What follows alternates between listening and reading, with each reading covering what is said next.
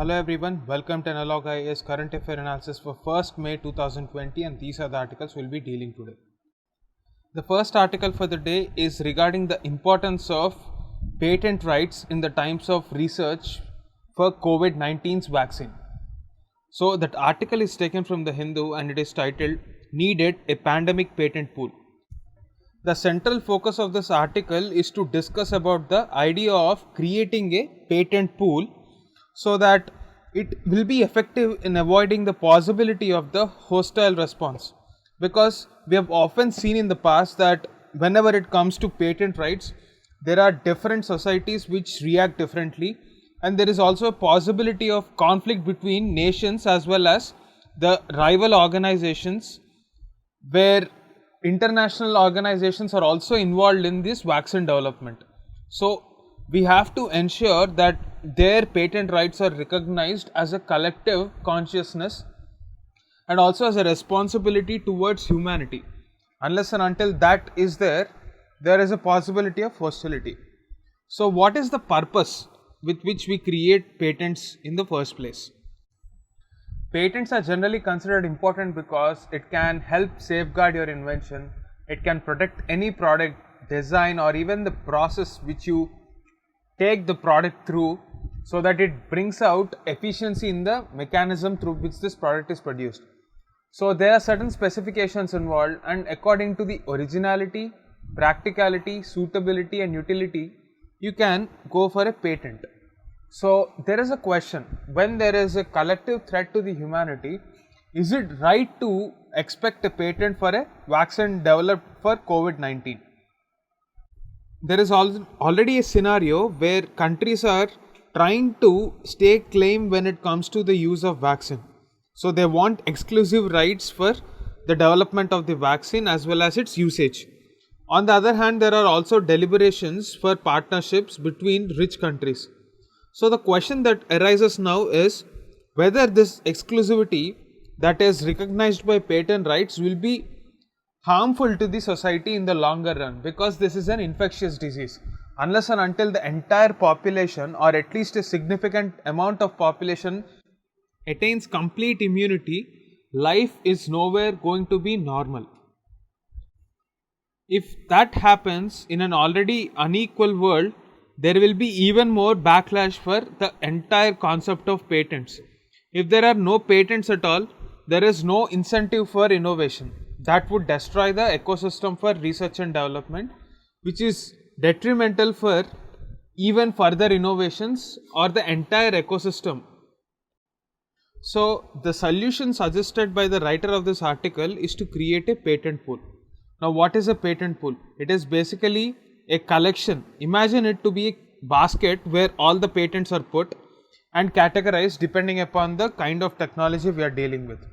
If a generic drug manufacturer wants to produce a certain type of a drug which is within the ambit of this pool, they can approach this pool and pay some royalty fee and then acquire the right or the license to produce those generic drugs. So what this does is it reduces the cost of patents and at the same time ensures that the collective efforts for research and development in India or elsewhere in the world is not disturbed.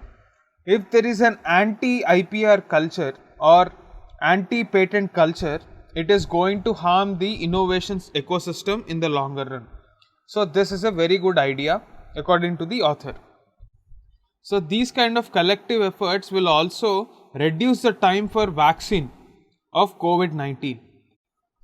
Even the Doha agenda, which talks about collective efforts, talks about patent pools, because there is an urgent need to protect the public healthcare systems across the world, and COVID-19 can be the best opportunity to make this happen according to the writer of this argument.